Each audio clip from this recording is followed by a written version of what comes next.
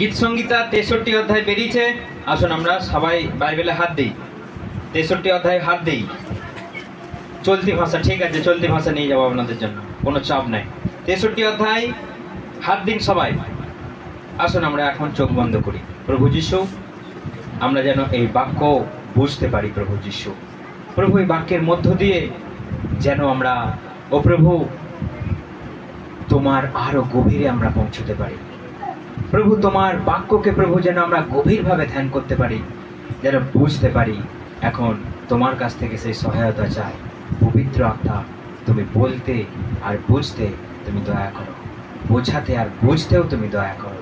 হৃদয়ে প্রবেশ করুক তোমার সেই আত্মিক বাক্য প্রভু, জীবন খাদ্য প্রভু, আমাদের হৃদয়ে প্রবেশ করুক প্রভু যীশু খ্রিস্ট, যেন সেই মতো চলতে পারি, সেই মতো আমরা জীবনকে প্রভু অতিবাহিত করতে পারি, সেই মতো যেন সেই বাক্যের উপরে ভরসা করে, বাক্যের উপরে বেশ করে ও প্রভু যীশু যেন আমরা, ও প্রভু, বাকি জীবনকে আমরা পার করতে পারি। তুমি হাত বাড়িয়ে আশীর্বাদ করো, দয়া করো। এই প্রার্থনা প্রভু যীশু খ্রিস্ট তোমার নামে চাই, আমেন। 3 পড়ি আমরা। 3, জীবনের চেয়েও শ্রেয় তোমার অবিচল প্রেম। তাই আমার ওষ্ঠাধর গাইবে তোমারই জয়গান। আমার ওষ্ঠাধর গাইবে তোমারই জয়গান, গাইবে তোমারই জয়গান। হালেলুয়া। কেন গাইবে তার জয়গান? কেন? আমরা 1 থেকে পড়ি, 63 1 থেকে পড়ি। হে ঈশ্বর, তুমি আমার ঈশ্বর, একান্তভাবে আমি তোমাকেই চাই। তোমারই জন্য অধীর আকুল আমার দেহ মন। তোমারই জন্য অধীর, বাইবেল সাধু ভাষা বলছে, পিপাসু আমার মাংস তোমার জন্য লালায়িত। কার জন্য? সদা প্রভু ঈশ্বরের জন্য। তারপর কি লেখা আছে? তৃষিত আমার প্রাণ যেন রুক্ষ শুষ্ক জলহীন ভূমির চেয়ে আছে আকাশের পানে চেয়ে। আছে আমি তৃষিত নয়নে। তোমার মহিমা দেখাও আমায়, দেখাও তোমার অমিত পরাক্রম। হ্যাঁ, তোমার মহিমা আমাকে দেখাও, দেখাও তোমার পরাক্রম। হালেলুয়া। অর্থাৎ আমরা ঈশ্বরের গৌরব, আমরা ঈশ্বরের মহিমা করতে পারি এইভাবে। 5 পড়ি। উপাদেয় খাদ্যে যেমন তৃপ্ত হয় মানব রসনা, তেমনি তৃপ্ত হবে আমার জীবন ও সত্তা। আমি মহা আনন্দে গাইবো তোমার স্তব গান। হ্যাঁ, আমি মহা আনন্দে গাইবো তোমার স্তব গান। আরেকবার পড়ি 5-এর প্রথম লাইনটা। উপাদেয় খাদ্যে যেমন তৃপ্ত হয় মানব রসনা। আচ্ছা, অন্য একটা ভার্সন, এটা পড়ি, এটা পড়ি। আমি এমনই সন্তুষ্ট হব যেন আমি সব থেকে সেরা খাবার পেয়েছি। হ্যাঁ, এবং আমার আনন্দপূর্ণ মুখ দিয়ে আমি আপনারই প্রশংসা করব। হ্যাঁ, এখানে সাধু ভাষা বলছে, আমার প্রাণ তৃপ্ত হবে যেমন আমার মেদ, চর্বি আর হাড়ের মজ্জাতে হয়। হালেলুয়া। কিসের দ্বারা? কিসের দ্বারা? কিসের দ্বারা? কে বলবে তাড়াতাড়ি? কিসের দ্বারা আমার অস্থি মজ্জাতে আনন্দ হয়? এখানে এই ভাষাটা কি বলছে? আরেকবার পড়ো। হ্যাঁ, 5-এর শেষটা পড়ো, প্রথম 5টায় পড়ো। হ্যাঁ, যেন আমি সব থেকে সেরা খাবার পেয়েছি। হ্যাঁ, আমি সেরা খাবার পেয়েছি, আমি তাতে সন্তুষ্ট। আমার শরীরে ততটাই পুষ্টি, আনন্দ যোগায়। এখানে কি লেখা রয়েছে? উপাদেয় খাদ্য, মানে আমাদের যেগুলো প্রত্যেকদিন দৈনন্দিন খাবার খেয়ে আমরা তৃপ্ত হই, ঠিক তেমনই আমি সদা প্রভুতে আনন্দিত হব। হালেলুয়া। অর্থাৎ তার মহিমা করে আমরা আনন্দিত হব। আমরা তার মহিমা করে, তার এই বাক্যকে পাঠ করে, তার সম্মুখে আমরা বসে, তার সম্মুখে আমরা হাঁটু গেড়ে আমরা আরাধনা করে, আমার বাইবেল বলছে আমার চর্বিতে, আমার হাড়ের মজ্জাতেও আনন্দ হয়। এটা আবার কি কথা? হাড়ের মজ্জাতে আনন্দ মানে কি? হ্যাঁ, এটা কি ভাষায় প্রকাশ করতে পারবে? এটা কে উপলব্ধি করেছে? এটাকে উপলব্ধি করেছে, মানে হাড়ের মজ্জা থেকেও আনন্দ বেরিয়ে আসছে ঈশ্বরের জন্য। কেউ উপলব্ধি করেছেন ফোনেতে?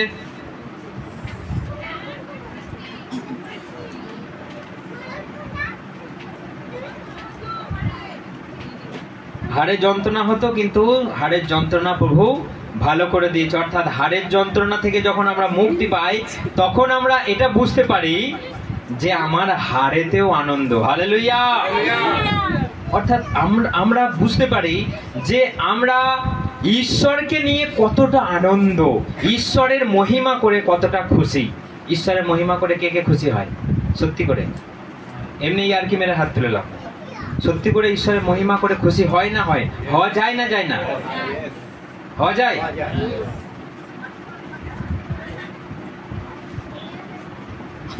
সেই জন্য ঈশ্বরের মহিমা করে খুশি, ঈশ্বরের মহিমা করে আনন্দ হওয়া যায়, ঈশ্বরের সামনে বসে ঈশ্বরকে খুশি করা যায়, ঈশ্বরের সম্মুখে আমরা তার গুণগান করতে পারি। যেমন এখানে এসেছি, এখানে কে আছে?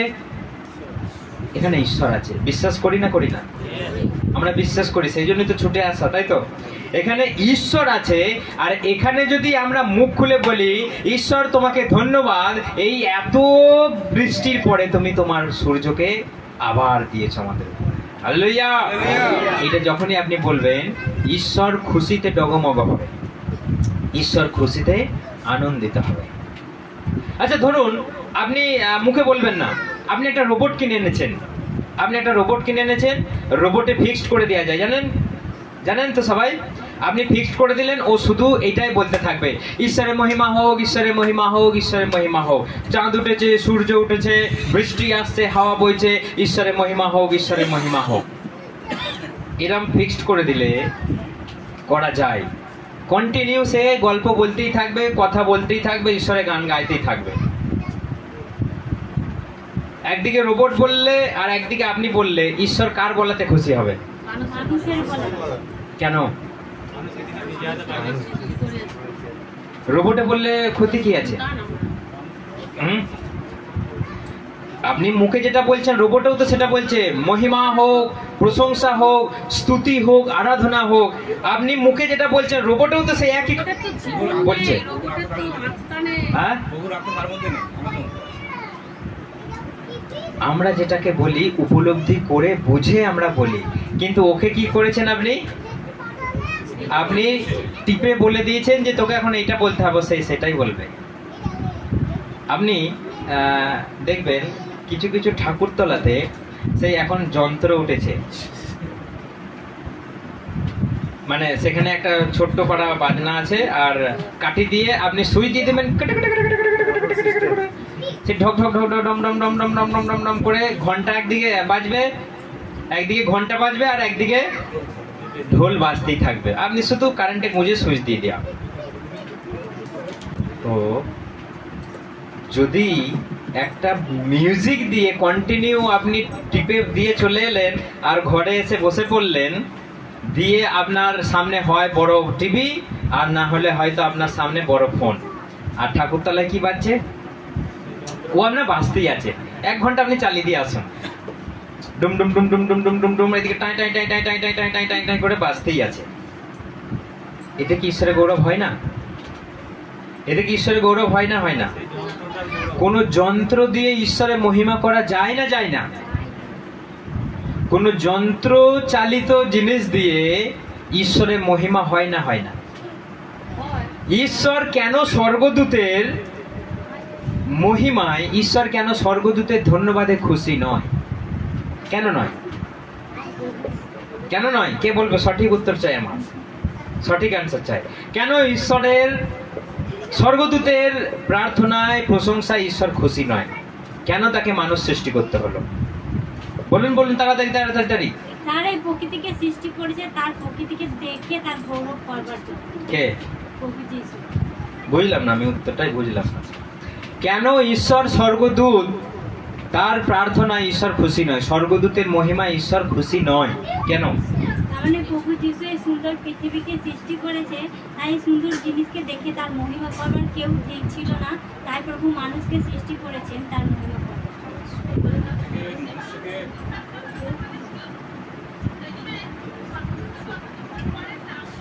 না না না না, সেই উত্তরটা হবে না। হ্যাঁ, না না না না না, এর সঙ্গে রিলেটেড অ্যান্সার চাই। কেন স্বর্গদূতের আরাধনাতে ঈশ্বর খুশি নয়? সেই জন্য মানুষকে সৃষ্টি করলেন। আমি আগেও বলেছি, ঠিক যেমন একটা যন্ত্র আপনি সেখানে ইলেকট্রিকে গুঁজে দিলেন, দিয়ে সুইচ দিয়ে দিলেন, সেই যন্ত্র বাজতে লাগিয়ে দিল, সে কি মানে কি তাকে কি বাজানো হচ্ছে? সে কিন্তু নিজে থেকে বেজেই যাচ্ছে আর সেখানে আওয়াজ হয়ে যাচ্ছে। আপনি জানলা দরজা বন্ধ করে দিয়েছেন, সেখানে বেজেই যাচ্ছে। স্বর্গদূতের সঙ্গে একটা যন্ত্রের কোনো তফাৎ নেই। স্বর্গদূতেরা ঈশ্বরের সম্মুখে দিন রাত তারা আরাধনা করছে, হালেলুয়া হালেলুয়া হালেলুয়া। সেখানে তাদের না আছে ফিলিংস, না আছে তারা বুঝতে পারছে, না তারা কিছু উপলব্ধি করতে পারছে। তারা কেবল ঈশ্বর সৃষ্টি করেছে তাদেরকে, তোমরা কেবল আমার আরাধনা করবে, আমার সম্মুখে তোমরা কেবল আরাধনা করবে, গান গাইবে। তারা সেটাই করছে, গান আর আরাধনা কন্টিনিউ তারা গাইতেই আছে। কিন্তু মানুষ কি করে? মানুষ সবকিছু বুঝে নিয়ে করে। পেলে ধন্যবাদ দেবে, নালে দেবে না। ঠিক না ভুল? বলে দেখি কিছুদিন যায়, যদি পাই তো ভালো, নাহলে কে যাবে। তার মানে মানুষ স্বার্থ ছাড়া এক পাও এগোয় না। ঈশ্বরকে ধন্যবাদ তখনই মানুষ দেবে যখন সে কিছু পেয়েছে, যখন সে কিছু বুঝেছে।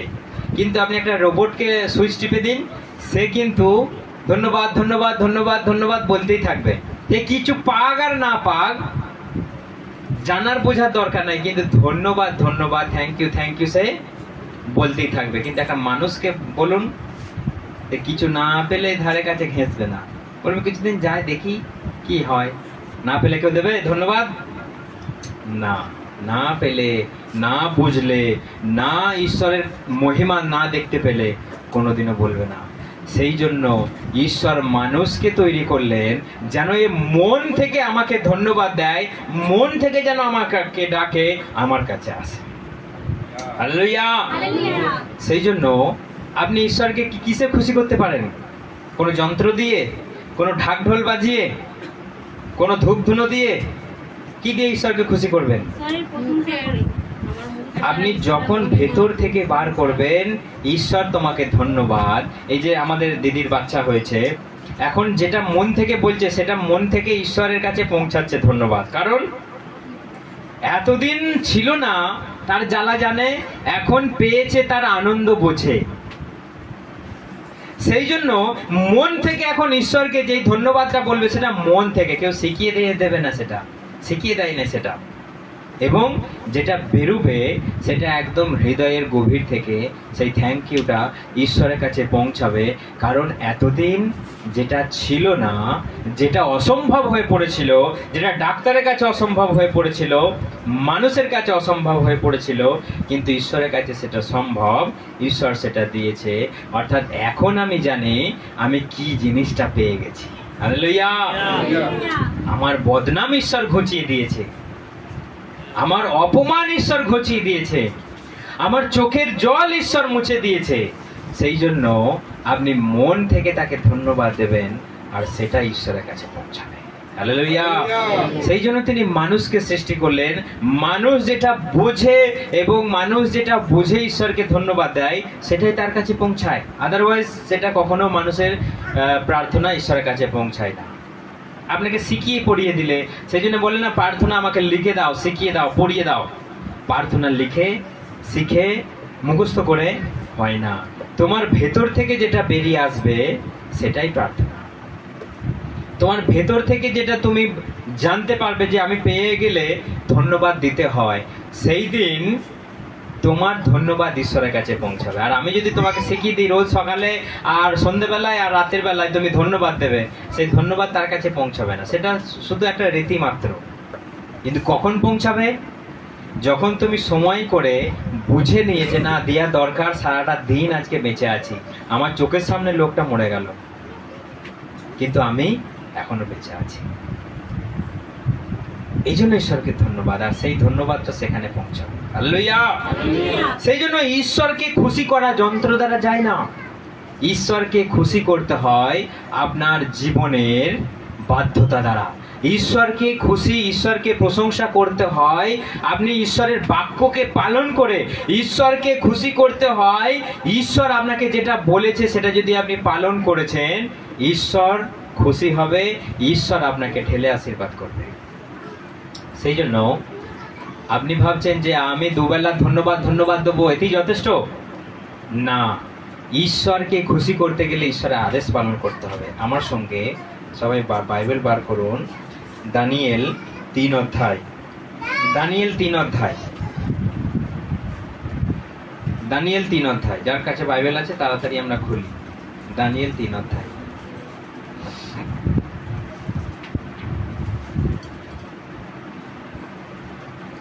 দানিয়েল 3 অধ্যায় আমরা 13 থেকে কেউ একজন পড়ি। দানিয়েল 3 অধ্যায়। এই শুনে রাজা রাগে জ্বলে উঠলেন ও শৈত্রক, মৈশক ও অবেদঙ্গকে তার সামনে হাজির করার আদেশ দিলেন। তাদের নিয়ে আসা হলে রাজা তাদের বললেন, শৈত্রক, মৈশক ও অবেদঙ্গ, এই কথা কি সত্য যে তোমরা স্থির করেছো তোমরা আমার দেবতাকে ও আমার স্থাপিত মূর্তির পূজা তোমরা করবে না? এখনো যদি তুরি, বাঁশি, বীণা, মৃদঙ্গ ইত্যাদি বাদ্যযন্ত্র বেজে ওঠার সঙ্গে সঙ্গে ভূমিষ্ঠ হয়ে এই মূর্তির পূজা করো তো ভালো, নচেত সেই মুহূর্তে তোমাদের জ্বলন্ত অগ্নিকুণ্ডে ফেলে দেওয়া হবে। দেখি কোন দেবতা তোমাদের দেবতা আমার হাত থেকে তোমাদের রক্ষা করে। এখানে লেখা রয়েছে, দেখি কে তোমাকে আমার হাত থেকে রক্ষা করে। হালেলুয়া। একটা আদেশ জারি হয়েছিল। কি জারি? শদ্রক, মৈশক আর আবেদনেগোকে বলা হয়েছিল রাজার মূর্তিকে তোমরা পূজা করবে, অর্থাৎ সেই দেশের দেবতাকে তোমাদের হাঁটু গেড়ে মাথা নত করে পুজো করতে হবে। কিন্তু সেই দুঃসাহসী, সেই চরম উৎসাহ এবং চরম সাহসী 3 জন শদ্রক, মৈশক আর আবেদনেগো তারা রাজার কথা শোনেইনি। কি আদেশ জারি হয়েছিল? তোমরা যদি সেই দেবতার সেবা যদি না করো, তাকে প্রণাম যদি না করো, তোমাকে কোথায় ফেলে দেওয়া হবে? আগুনের গুহাতে তোমাকে ফেলে দেওয়া হবে। অর্থাৎ এখানে লেখা রয়েছে তারা রাজার এই আদেশকে মানলেন না। তারা রাজার এই আদেশকে অমান্য করে তারা তাদের দেবতার সামনে মাথা নত করলেন না। সেই জন্য এখানে লেখা রয়েছে রাজা রেগে গেলেন। রাজা রেগে গেলেন এবং তিনি বললেন, তোমরা কি ঠিক করেছো আমাদের দেশের দেবতাকে তোমরা পুজো করবে না? এখনো সময় আছে, যদি তোমরা এখনো প্রণিপাত করো তাহলে তোমরা বেঁচে যাবে, না হলে তোমাদেরকে আগুনের গুহাতে যেতে হবে। তারা যখনই রাজা এই তাদেরকে ওয়ার্নিং দিয়ে চলে গেল, সেই একই কেস যখন সময় হলো, সেই দেবতার পুজোর সময় হলো, তারা 3 জন পাশে দাঁড়িয়ে রইলেন। তারা তার কাছে নত হলেন না, প্রণাম করলেন না, পুজোও করলেন না। রাজা খেপে আগুন হয়ে গেল, বলল টান মেরে 3 জনাকে আগুনের গুহায় ফেলে দাও। আগুনের গুহাতে তাদেরকে ফেলে দেয়া হলো। আগুনের গুহা থেকে তারা আবার বেঁচে ফিরে এলো। হালেলুয়া। অর্থাৎ আপনার জন্য আদেশ কি ছিল? আপনার জন্য আদেশ কি ছিল? যখনই এসব বাজবে, পুজোর সময় হবে, তোমাকে প্রণাম করতে হবে। কিন্তু তারা কি করলেন? তারা বললেন, আমার ঈশ্বর সদাপ্রভুকে ছাড়া আমি কারো কাছে মাথা নত করি না। আমার ঈশ্বর ইসরায়েলের ঈশ্বর ছাড়া আমি কাউকে প্রণাম করি না। আমি 3 বেলা তার আরাধনা করি, সেই ঈশ্বর ছাড়া আমি কারো কাছে মাথা নত করি না। শেষকালে আমরা দেখলাম তার এই বাধ্যতা, তাদের এই বাধ্যতা, তাদের এই ঈশ্বরের প্রতি ভালোবাসা, তাদের এই ঈশ্বরের প্রতি ভক্তি, তাদেরকে আগুনের খাদ থেকে 3 জনা আগুনে ফেলে দেওয়া হলো। কিন্তু রাজা দেখছে আগুনে 4 জনা। কয়জনা? তার মানে কে সেটা?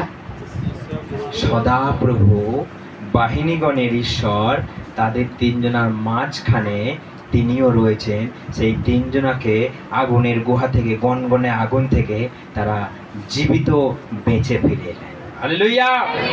অর্থাৎ সেখানে বলছে তোমার ঈশ্বর তোমাকে বাঁচিয়েছে। কার মহিমা সেখানে? ঈশ্বরের মহিমা, অর্থাৎ প্রভু যিশুর মহিমা। এর দ্বারাই প্রমাণ হয় যে আপনি সব সময় মুখে ধন্যবাদ বলে আপনি তাকে খুশি করতে পারবেন না। আপনার জীবনের বাধ্যতা দিয়ে ঈশ্বরকে খুশি করা যায়। হালেলুয়া। আমরা তো আজ্ঞা পালন করতে, আমরা তো ওইসব ছেড়ে দাও, আমরা যন্ত্র এনেছি। আমরা যন্ত্র এনেছি, টং টং টং টং করে বাজতেই আছে, ঘন্টা বাজতেই আছে। এখন আমরা বাজাতে গেলেও একটা কষ্ট হয়, টাকা দিতে হয় বাজাতে গেলে। কি দরকার, এখন মোটর সিস্টেম মেশিন এনেছে, দিয়ে সিস্টেম দিয়ে দিল, চালাতে শুরু করে দিল। ঈশ্বরের সেখানে উপস্থিতি তো দূরের কথা, ঈশ্বর সেগুলো জানেই না সেখানে কি সব হচ্ছে, ঈশ্বর সেগুলো জানেই না। কিন্তু আমাদের কে এরকম হ্যাঁ হ্যাঁ হ্যাঁ করছে, কে এটা? কারণ এগুলো সব উঠে যাবে ওখানে, পরে একটা বাজে আওয়াজ আসবে। আমাদেরকে একটা জিনিস এখানে লক্ষ্য রাখতে হবে, আপনার জীবনের বাধ্যতা, ঈশ্বরের আজ্ঞা পালন ছাড়া আপনি কখনো ঈশ্বরকে খুশি করতে পারবেন না। আপনি যেখানেই যান, আপনি যাই করুন, আপনি যেখানেই কাজ করুন, আপনি যেখানেই আপনি ব্যবসা করুন, আপনাকে সর্বস্থানে ঈশ্বরের আদেশ পালন করতে হবে। সারাটা দিনের পরে ঈশ্বরকে তো আপনি ধন্যবাদ দিলেন, ঠিক আছে, খুব ভালো, all right, all good, but আপনাকে ঈশ্বরের আদেশ পালন করতে হবে। ঈশ্বরের আদেশ আপনি অমান্য করে এসে আপনি ধন্যবাদ দিলে ঈশ্বরকে সন্তুষ্ট করা যায় না, ঈশ্বরকে খাবার দেয়া যায় না, ঈশ্বরকে বাজনা বাজিয়ে ধূপ ধুনো দিয়ে ঈশ্বরকে খুশি করা যায় না। ঈশ্বর বলছে বলিদান অপেক্ষা আদেশ পালনে উত্তম। হালেলুয়া। বলিদান অপেক্ষা আদেশ পালনে উত্তম। ঈশ্বর বললেন তুমি তার শত্রুদের কোনো জিনিসে লোভ করবে না, শত্রুদের কোনো জিনিসে লোভ করবে না। কিন্তু সে কি করলো, সে ভালো ভালো ছাগলগুলোকে, হৃষ্টপুষ্ট চেহারা ছাগল গরুকে চুরি করে নিয়ে চলে এলো। ঈশ্বর কি বলেছিলেন, কোনো জিনিস তুমি শত্রুদের নেবেই না, একটা জিনিসও নেবে না, কিন্তু ভালো ভালো ছাগল গরুকে লোভ করে নিয়ে চলে এলো। দিয়ে কি বলছে, ঈশ্বরের আমি বলিদান করবো বলে। এটা কি উদ্দেশ্য মেন? এটা কি মেন উদ্দেশ্য? আমি ঠাকুরতলাতে যাব না, আমি মেলা দেখতে যাচ্ছি, এটার মানেটা কি? আমি ঠাকুর দেখবো না, আমি প্যান্ডেল দেখতে যাচ্ছি, এটার মানেটা কি? এটার মানেটা কি? আমি ঠাকুর দেখবো না, আমি প্যান্ডেল দেখবো, আমি কিছু খাবো না, কিছুই করবো, মেলাতে কিনে নিয়ে চলে আসবো, এটার মানেটা কি? সেই জন্য ঈশ্বর আপনাকে যে আদেশটা দিয়েছে, আপনি যদি সেই আদেশ পালন করতে ব্যর্থ হন, ঈশ্বর আপনাকে যে আজ্ঞা দিয়েছে সেটা পালন করতে আপনি যদি ব্যর্থ হন, ঈশ্বরকে ধন্যবাদ দিয়ে লাভ নাই। ঈশ্বরকে ধন্যবাদ দিয়ে লাভ নেই। সেই জন্য আমাদেরকে এখানে একটা ডিসিশন নিতে হবে, সিদ্ধান্ত নিতে হবে, যেটা খুব কঠিন, যেটা খুব কঠিন। জগতে সিদ্ধান্ত নিতে গেলে সেটা খুব কঠিনের, অনেক বাস্তব, মানে কঠিন পরিস্থিতির মধ্যেও আমাদেরকে কঠিন ডিসিশন আমাদেরকে নিতে হয়, তবেই গিয়ে আমরা ঈশ্বরের আশীর্বাদ আমাদের উপরে নেমে আসে। সেই জন্য আমাদেরকে এখানে বাইবেল বলছে যে তোমরা বাধ্যতা ছাড়া ঈশ্বরকে খুশি করতে পারবে না। ধন্যবাদ তো আছেই, সেটা তো আমাদের মুখ থেকে আমাদের বেরোবেই, কারণ তিনি আজকে আমার মধ্যে যে নিঃশ্বাস আমাদেরকে দিয়েছেন, যে প্রশ্বাস আমাকে দিয়েছেন, এর জন্য তো মানে কোটি কোটি ধন্যবাদ। ইয়েস আর নো? হ্যাঁ, আজকে আপনার মধ্যে যেটা চলছে সেটাইতে তো মানে আপনি তাকে ধন্যবাদ ধন্যবাদ ধন্যবাদ বললেও শেষ হবে না, যথেষ্ট নয়। কিন্তু আদেশ পালন বলছে, প্রভু আমি এইগুলো এনেছি তোমাকে বলিদান দেব বলে। বলিদান দেওয়াটা কি তার উদ্দেশ্য ছিল? বলিদান দেওয়াটা কি উদ্দেশ্য না, সেটার প্রতি লোভ, চুরি করে এনে মজা করাটা তার উদ্দেশ্য ছিল। কোনটা? প্রভু বলেছিলেন তুমি কোনো জিনিসে লোভ করবে না, কিন্তু সে ভালো জিনিসগুলো নিয়ে চলে এলো। দিয়ে এসে কি বলছে, প্রভু তোমার মহিমা করবার জন্য, তোমাকে তোমাকে বলি দেবার জন্য, তোমার নৈবেদ্য দেবার জন্য আমি এগুলো এনেছি। প্রভু বললেন বেরিয়ে যাও আমার চোখের সামনে থেকে, কারণ শাস্ত্র বলছে বলিদানের চেয়ে আদেশ পালনে উত্তম। হালেলুয়া। আপনি আদেশ পালন করলে, ঈশ্বরের বাধ্য হলে, তাহলে আর তোমাকে কিছু করতে হবে না। আপনি একটা কথা দেখুন, আদম হবা যে পাপটা করেছিল সেখানে কি অন্য কোনো পাপ ছিল? কি পাপ ছিল? শুধু ঈশ্বরের কথা না শোনাটা তার পাপ ছিল। ঈশ্বর কি বলেছিলেন? তুমি ওটা খাবে না, বলেছিল তো, তুমি ওটা খাবে না। কিন্তু সে যে তোমাদের আজ্ঞা পালন করে, যে আমাকে আগ্রহ করে,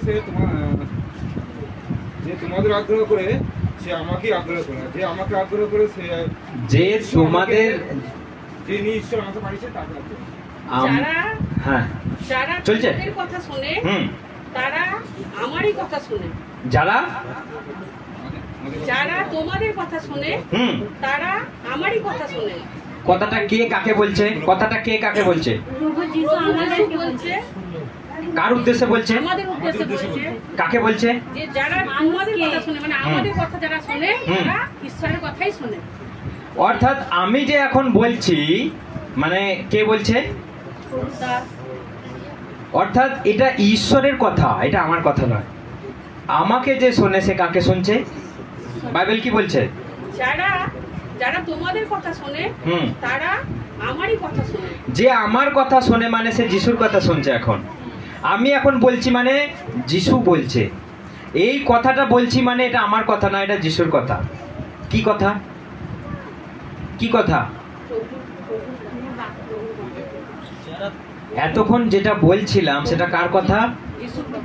যে ঈশ্বরকে খুশি করতে গেলে কোনো যন্ত্র দিয়ে হয় না, ঈশ্বরকে সন্তুষ্ট করতে গেলে চুরি করে হয় না, ঈশ্বরকে খুশি করতে গেলে আপনার জীবনের বাধ্যতা ঈশ্বরের আদেশ পালনই যথেষ্ট। হালেলুয়া। সেই জন্য আপনি ঈশ্বরকে কি দিয়ে খুশি করবেন? ঈশ্বরকে খুশি করতে গেলে আপনাকে ঈশ্বরের কথা শুনতে হবে। আপনি দেখুন, যখন সেই এলিসার কাছে এসেছিল নামান নামে একজন ব্যক্তি, তার সর্বাঙ্গ কুষ্ঠ ছিল। এলিসা একটা আদেশ দিয়েছিল। কি বলেছিল? কে বলবে? যেই বলবে প্রাইজ আছে তার। পুকুরে ডুব দিতে বলেছিল। আপনার প্রাইজ তাহলে তো ফোনে দেওয়া যাবে না। ঠিক আছে, খুব ভালো বলেছে। এলিসাই বলেছিল তুমি পুকুরে 7 বার কেবল ডুব দাও। এটা তখন রেগেছে ফায়ার। কেন? বলছে এত নদ নদী পুকুর হ্রদ পেরিয়ে এলাম, আমি কি সেখানে ডুব দিয়ে সুচি হতে পারতাম না, সুস্থ হতে পারতাম না? তোমার কাছে এসে আমি ডুব দিতে যাব? আমি কি খেপা? এলিসাইকে কে বলছে কথাটা? নামান এই কথাটা বলছে। এলিসাইকে নামান এই কথাটা বলছে, তোমার কথা এটা বেকার কথা। জর্ডন নদীতে 7টা ডুব দিলেই কি আমি সুস্থ হয়ে যাব? অর্থাৎ ঈশ্বরের আদেশ এক একটা সামান্য, ঈশ্বরের কথা এক একটা বিশাল বড় আমাদের কষ্ট লাগে পালন করতে। ইয়েস না নো? এক একটা আদেশ বিরাট কষ্ট। কোনটা কষ্ট বলে কার মনে হয়? ঈশ্বরের আদেশ। কার কাছে এখন কোনটা সব থেকে কঠিন? খিচুড়ি খাওয়া যাবে না, এটা কোনটা কঠিন বলে মনে হয় কার কাছে? আর কোনটা মনে হয় দূর, এটা ফালতু, দূর, এটা সামান্য? নামানকে কি বলা হয়েছিল? তুমি 7 বার ডুব দাও। তার কাছে এটা মনে হয়েছিল একটা সামান্য ব্যাপার, একটা তুচ্ছ ব্যাপার। 7 বার ডুব দিলে কি রোগ সুস্থ হয়ে যায় নাকি? কুষ্ঠর মতো মারণ রোগ, ভয়ঙ্কর রোগ, পচনশীল রোগ। কিন্তু সে যখন রেগে ফায়ার হয়ে গেল, তাকে তার দাসেরা বোঝালো। সবার কথা তো অনেক রকম ভাবে তুমি শুনেছো, যে যা বলেছো তুমি কঠিন কঠিন আদেশ তুমি শুনেছো। তাহলে ঈশ্বরের দাস যখন একবার বলছে সামান্য কথাটা, তুমি দেখো না একবার কি হয়। অবশেষে গিয়েছে একবার ডুব দিতেই রোগ তার আউট হয়ে গেল। হালেলুয়া। একবার ডুব দিতেই তার রোগ আউট। 7 বার ডুব দিয়ে রাজার কাছে এসে বলল, দেখো আমি সুচি হয়ে গেছি। ঈশ্বরের আদেশ পালন করলে ঈশ্বর খুশি করে তোমাকে ঢেলে দেবে, তোমার রোগ আউট করে দেবে, তোমার বাড়ি থেকে সমস্ত অভিশাপকে দূর করে দেবে, তোমার পূর্বপুরুষ ধরে লেজ ধরে ধরে যে অভিশাপ লেগে আছে সেইগুলোকে দূর করে দেবে। ঈশ্বর তোমার পরিবারকে শান্তি করে দেবে। হালেলুয়া। তুমি যদি শোনো যে না, পাস্টার বলেছে প্রার্থনা করতে যেতে আমি যাব, যদি বলে দূর আজকে যাবো না, দূরে আজকে রবিবারে গেলে কিছু হবে না, তার মানে আপনি নামান, তার মানে আপনি নামান। আপনি কিন্তু ফিরে পালিয়ে যাচ্ছিলেন কোথা থেকে? ইলিশার কাছ থেকে। সে ফিরে এত রেগে গেছে, সে ফিরে পালিয়ে চালিয়ে দূর ফালতু এতটা কিলোমিটার আমি হেঁটে হেঁটে হেঁটে হেঁটে এলাম, আর বলছে ডুব দিলি রোগ ভালো হয়ে যাবে। সে রেগে মেগে আবার তার গাধা ঘোড়া সাজিয়ে নিয়ে পালিয়ে যাচ্ছে। তার দাসেরা তাকে মিনতি করলো, রাজা একবার কথাটা শুনুন না, একবার শুনুন, এত তো শুনে এলে, তোমাকে যদি বলতো তুমি সোনা দাও, গয়না দাও, রূপো দাও, সম্পত্তি দাও, তুমি দিতে না? বলে হ্যাঁ দিতাম। তোমাকে যদি বলতো তুমি আরো কঠিন কোনো কাজ করতে, তুমি করতে না? হ্যাঁ করতাম। তাহলে এই সহজ কাজটা একবার করো, সহজ কাজটা একবার করো। তার কথা শুনে গিয়ে ডুব দিল। যদিও পালিয়ে যেত, যদিও পালিয়ে যেত, সুস্থ হতো না। সেই জন্য ঈশ্বরের দাস এই কথাটা বলছে, মানে কে বলছে? ঈশ্বর। ইলিশাই একটা আমার মতো মানুষ ছিলেন, কিন্তু তার বিশ্বাস, তার ভক্তি আরো অধিক ছিল। সেই জন্য তিনি চমৎকার কাজ করেছেন বাইবেলে। তিনি সেই সময়কার মানুষ। তাহলে একটা ইলিশাই যেমন মানুষ, আমিও তেমন মানুষ। ঈশ্বর বলছে, বাইবেল বলছে, মথি 10:16 লেখা আছে যে আমার কথা শোনে সে যিশুর কথা শোনে, যে আমাকে আশীর্বাদ করে, যে আমাকে দেয় সে কাকে দেয়? যিশুকে দেয়। যে আমাকে এক গ্লাস জল দেয় সে কাকে দেয়? দেখুন এটা আমার সঙ্গে বার করুন। 10:42 কি লেখা রয়েছে? কি লেখা আছে 42-এ? মার্ক 9:41 বার করি কেউ একজন, তাড়াতাড়ি।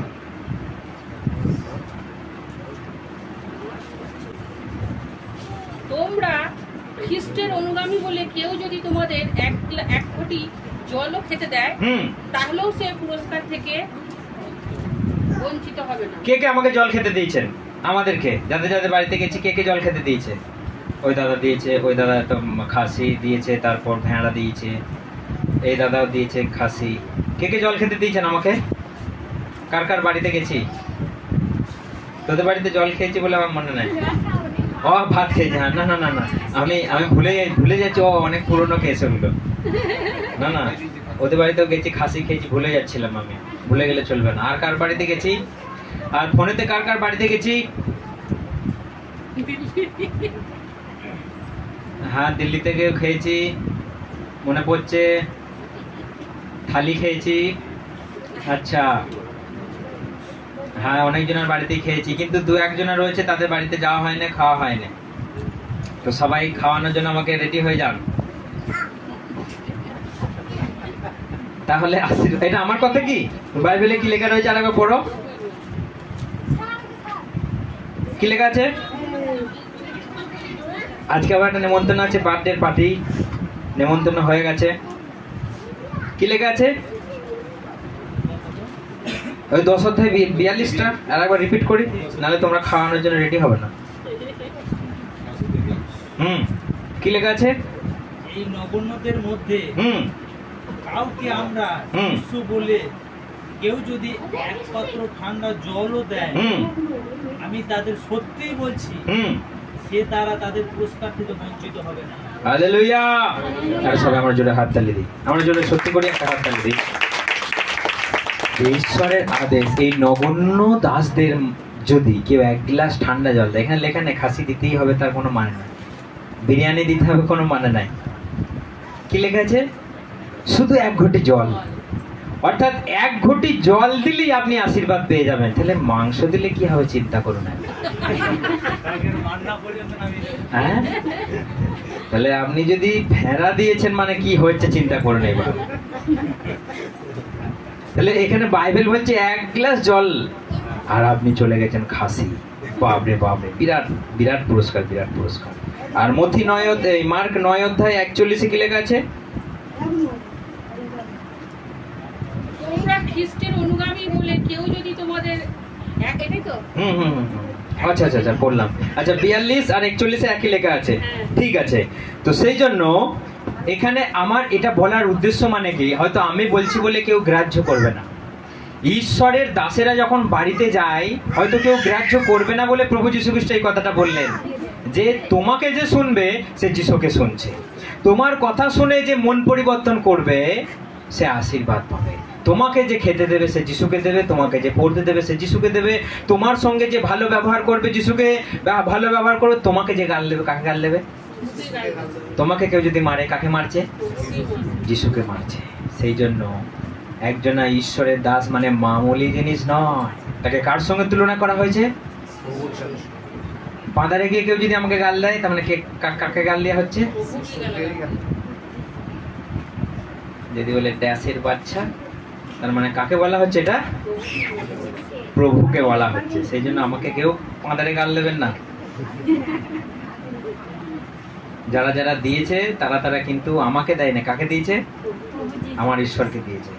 সেই জন্য আমাকে শুধু যদি বলেন যে ঈশ্বর ওকে আশীর্বাদ করো, ওকে আশীর্বাদ করো, তার মানে আপনার পরিবারে ঈশ্বর বলছে যে আমাকে দেয়, আমি তার ঋণ রাখি না। মানে আপনি যদি আমার জন্য বলেন ঈশ্বর ওকে আজকেই তুমি 5 লাখ টাকা দিয়ে দাও, তার মানে ঈশ্বর আপনাকেও দিতে পারে। আপনাকে সত্যি সত্যি ক্যাশ আমাকে দিতে হয় না, কিন্তু মুখে তো বলতে পারবেন। ঈশ্বর বলেছে যে আব্রাহামকে আশীর্বাদ করবে, আমি তাকে আশীর্বাদ করব। হালেলুয়া। যে আব্রাহামকে অভিশাপ দেবে, সে অভিশপ্ত। অর্থাৎ সেই একই জেনারেশন, সেই একই আমরা নেমে আসছি, আমাদেরকে যে আশীর্বাদ করবে সে আশীর্বাদিত। সেই জন্য প্রত্যেকদিন আপনি প্রার্থনাতে বলবেন, প্রভু আমাদের পাস্টারকে তুমি আশীর্বাদ করো। আমরা যেমন মণ্ডলীতে সমস্ত বিশ্বাসীদের জন্য প্রার্থনা করি, প্রভু সমস্ত বিশ্বাসীকে তুমি সুরক্ষিত রাখো। আপনার কর্তব্য, প্রভু আমাদের পাস্টারকে তুমি আশীর্বাদ করো, তাকে তুমি আরো উন্নত করো। আপনি কি বলবেন? কি বলবেন? আমাদের পাস্টারকে উন্নত করো। আপনার পরিবারেও আশীর্বাদ এবং উন্নতি 100% আসবে। হালেলুয়া। আমরা কোন টপিকে ছিলাম? যে ঈশ্বরকে সন্তুষ্ট কোনো মেশিন দিয়ে হয় না, ঈশ্বরকে খুশি করা কোনো যন্ত্র দিয়ে হয় না। ঈশ্বরকে খুশি করতে গেলে, ঈশ্বরকে সন্তুষ্ট করতে গেলে আপনার জীবনের বাধ্যতা। প্রথম বাধ্যতা আমি কি বললাম? যে শদ্রক, মৈশক আর আবেদনেগো কি করেছিল? ঈশ্বরের আদেশ পালন করবার জন্য আগুনে পর্যন্ত গিয়েছিল। গিয়েছিল না? গিয়েছিল না? এটা কি মিথ্যা কথা? বাইবেল বলছে ঈশ্বরের আদেশের জন্য কোথা পর্যন্ত চলে গেল? আগুন পর্যন্ত।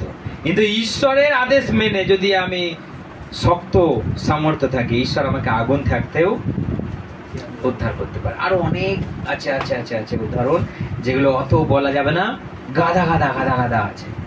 আমরা দেখেছিলাম যেহোশুইকে যখন সেই জিরিহো নগরে প্রবেশ করতে বলেছিলেন, জিরিহোকে বলেছিলেন তাদের সামনে বিশাল একটা প্রাচীর, 10-12 ফুটের প্রাচীর, আর এইসব মোটা, সেই প্রাচীর ভেঙে ফেলার সম্ভবই নয়।